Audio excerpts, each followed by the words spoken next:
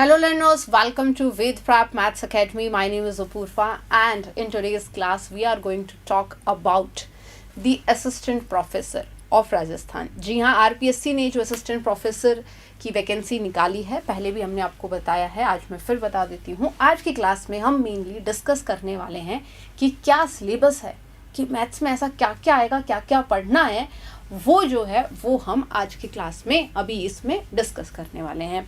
तो जिनको नहीं पता है फिर से बता देते हैं. आरपीएससी यानी Rajasthan public service commission assistant professor की वैकेंसी निकाली गई है, रिक्रूटमेंट 2023. एग्ज़ाम होने के लिए उन्होंने बोला है कि अक्टूबर में आपका एग्ज़ाम होगा, जो हम डिस्कस कर चुके हैं. इसके अलावा आप फॉर्म कब तक भर सकते हो, आप जून चल रहा है, जुलाई 25 जुलाई तक आप फॉर्म फिलिंग कर सकते हो. और इसके साथ में 2 पेपर होते हैं. क्राइटेरिया देख लेते हैं, एक बार डिस्कस कर लेते हैं क्विकली. देखिए, बताया गया था आपको कि टोटल वैकेंसीज निकली हैं 26 जून से आप टेस्ट देना स्टार्ट, 26 जून से आप फॉर्म फिलिंग स्टार्ट कर सकते हो और 25 जुलाई तक. तो जिसको भी आरपीएससी फिल करना है वो कर सकते हैं. उसके लिए हमें एलिजिबिलिटी पता होनी चाहिए कि एलिजिबिलिटी क्या है. तो देखिए भाई, ऑनलाइन आपका पेपर होगा, ठीक है, of online and application mode online है, एग्जाम मोड ऑफलाइन है. तो आपका पेपर ऑफलाइन होगा, आपको फॉर्म फिलिंग ऑनलाइन करनी है. इससे आगे बढ़ते हैं और हम ये डिस्कस करते हैं कि वैकेंसीज, मैथमेटिक्स की टोटल वैकेंसी 53 वैकेंसी थी, जो मैंने आपको बताया. 53 टोटल आपकी वैकेंसी है. इसके अलावा अगर हम बात करें तो एलिजिबिलिटी क्राइटेरिया जो है वो ये है कि आपके पास एमएससी होनी चाहिए, एमएससी आपके पास होनी चाहिए और उसके साथ साथ नेट का फॉर्म आपके पास होना चाहिए. एज लिमिट कितनी है, 21 से 40 ईयर्स के बीच में होना चाहिए. और इसके अलावा एमएससी डिग्री विद 55% मार्क्स. और पीएचडी वाले वो कैंडिडेट हैं जो 2009 से पहले जो फॉर्म भरे गए थे, जो 2009 वाला क्राइटेरिया, उससे पहले अगर आपके पास पीएचडी है तो आप एलिजिबल हैं. Otherwise MSc 55% and net is the criteria. इसी के बेसिस पर आप फॉर्म भर सकते हैं. लेकिन अब हम बात करेंगे सिलेबस के बारे में. फीस 600 रुपये फीस है आपकी. ये सारी चीज़ें हम ऑलरेडी डिस्कस कर चुके हैं. देखो, 2 पेपर आते हैं रिटन के अंदर, टोटल 3 पेपर है. पेपर 1 है जिसके अंदर कितने क्वेश्चन हैं, पेपर 1 और पेपर 2 75 मार्क्स का ये है, 75 मार्क्स का ये है. 3 आवर्स इधर मिलेंगे आपको और 3 आवर्स इधर मिलेंगे. फिर इसके बाद एक पेपर 3 आएगा.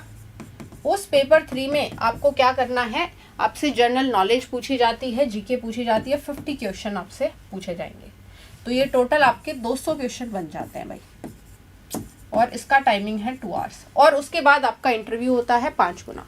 ये चीज़ें हम डिस्कस कर चुके हैं. अब हम आज की कक्षा में डिस्कस ये करने वाले हैं कि हमारा सिलेबस क्या है, मैथमेटिक्स का खासकर हमारा सिलेबस क्या है. Let us discuss about the syllabus. तो ये रहा भाई सिलेबस आपका. दिस इज योर सिलेबस जो आपको आरपीएससी के एग्जाम में आएगा. सबसे पहले है डिफरेंशियल एंड इंटीग्रल कैलकुलस. देखो, 2 पेपर है, पेपर 1 एंड पेपर 2. तो पहले पेपर के लिए डिफरेंशियल और इंटीग्रल कैलकुलस. इसमें आप देखोगे पार्शियल डिफरेंशिएशन भी है ना, लेग्रांज मेथड है, सिंगुलर पॉइंट है. ये आप सिलेबस देख पा रहे हो. Total differentiation, maxima minima, 2 variable 3 variable, Lagrange multiplier method, curvature, asymptote and all those. And then you have syllabus 2-dimensional coordinate geometry, Cartesian polar coordinate जो है. इसके साथ साथ आपके पास 3-dimensional coordinate geometry भी है. तो 2D geometry है, 3D geometry आ रही है सिलेबस में, वेक्टर कैलकुलस है. तो आप पहले देखो, ऑलरेडी हमारे पास डिफरेंशियल कैलकुलस भी है, सारा पार्ट आ रहा है भाई. डिफरेंशियल कैलकुलस भी है, इंटीग्रल कैलकुलस भी है, वेक्टर कैलकुलस भी है. ठीक है. इसके साथ साथ आपके पास 2D ज्योमेट्री है और 3D ज्योमेट्री है। तो सिलेबस को ध्यान से देखेंगे, 2D ज्योमेट्री, 3D ज्योमेट्री, इसके बाद ऑर्डिनरी डिफरेंशियल इक्वेशन है, पार्शियल डिफरेंशियल इक्वेशन है। सिलेबस बहुत ज़्यादा है। मैकेनिक्स है, ये आपका फिजिक्स वाला पार्ट थोड़ा सा, और एब्स्ट्रैक्ट अलजेब्रा में अगर आप देखोगे ग्रुप्स के साथ साथ आपके पास क्या इसमें रिंग भी है? जी हाँ, रिंग्स भी हैं। तो अलजेब्रा में आपके पास लीनियर अलजेब्रा भी है एज यू कैन सी, और एब्स्ट्रैक्ट अलजेब्रा के अंदर ग्रुप्स एंड रिंग्स दोनों आएंगे भाई। सिलेबस देख रहे हो? लीनियर अलजेब्रा में कहाँ तक है? सब है। इनर प्रोडक्ट स्पेस भी आएगा, ऑर्थोनॉर्मल बेसिस भी है, केले हैमिल्टन थ्योरम भी है, canonical diagonal triangular form, rank of matrix. Then we have complex analysis, analytical function, Cauchy and all those thing. ये आपका सिलेबस था, खत्म। This is going to be your syllabus. Paper 1 का वो जो सिलेबस था आपका, पेपर 1 का सिलेबस था। Now you have paper 2। इसके अंदर देखो क्या है। तो पेपर 1 में अगर हम बात करें तो हमारे पास क्या क्या सिलेबस हुआ। पेपर 1 का सिलेबस हुआ डिफरेंशियल कैलकुलस, इंटीग्रल कैलकुलस, ये आपके बीएससी वाले टॉपिक हैं भाई, वेक्टर कैलकुलस। पेपर 1 में जनरली बीएससी लेवल का ही है। 2D ज्योमेट्री, 3D ज्योमेट्री, इसके बाद ODE, PDE, partial differential equation, mechanics का एक टॉपिक है, कॉम्प्लेक्स एनालिसिस है, और इसके साथ में लीनियर अलजेब्रा और abstract algebra. Linear algebra, abstract algebra, तो ये सारे टॉपिक्स आपके पेपर 1 में आएंगे, ठीक है। और पेपर 2 में क्या क्या आएगा? स्पेशल फंक्शंस पूछे जा रहे हैं आपसे, hypergeometric function, Bessel function, Legendre function, है ना, लेगुरे फंक्शन, इंटीग्रल ट्रांसफॉर्म, जैसे लैप्लास ट्रांसफॉर्म पूछा जाता है, इनवर्स लैप्लास ट्रांसफॉर्म, दोनों आएंगी, लैप्लास और इनवर्स लैप्लास। इसके बाद Fourier transform, inverse Fourier transform, Hankel Mellin transform and their properties, ये भी पूछी जाएंगी। तो ये सारी चीज़ें पढ़नी है आपको। Then you have equation, differential and integral equation, जिसमें ग्रीन फंक्शन पूछा जाता है ना। इंटीग्रल इक्वेशन जो पार्ट आपका किस में आता है? नेट में भी आता है। Then they ask you calculus of variation, Sturm Liouville boundary value problem भी है, कैलकुलस ऑफ वेरिएशन भी they are asking you, variation of a functional, Euler Lagrange equation and all those things, integral equation of first and second kind, Fredholm equation, Volterra type. Then they ask you metric space and topology also, metric space topology भी है। अगर आप देखें तो इसके साथ साथ कहाँ तक है? इसके अंदर भी अगर आप देखोगे first and second countable spaces, separable spaces, compactness, और आगे क्या है?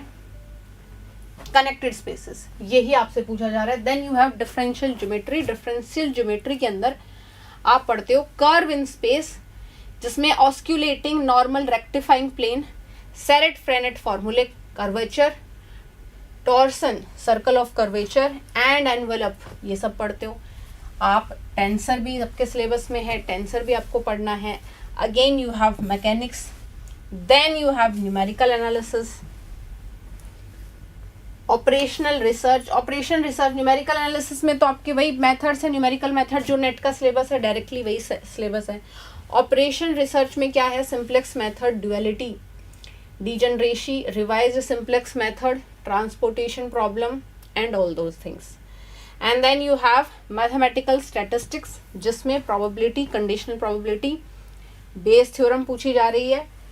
इसमें binomial Poisson, uniform and normal correlation, regression, all these things they are going to ask you. तो ये है आपका पेपर 2। तो पेपर 2 में क्या क्या है? पेपर 2 में आपके पास न्यूमेरिकल एनालिसिस है,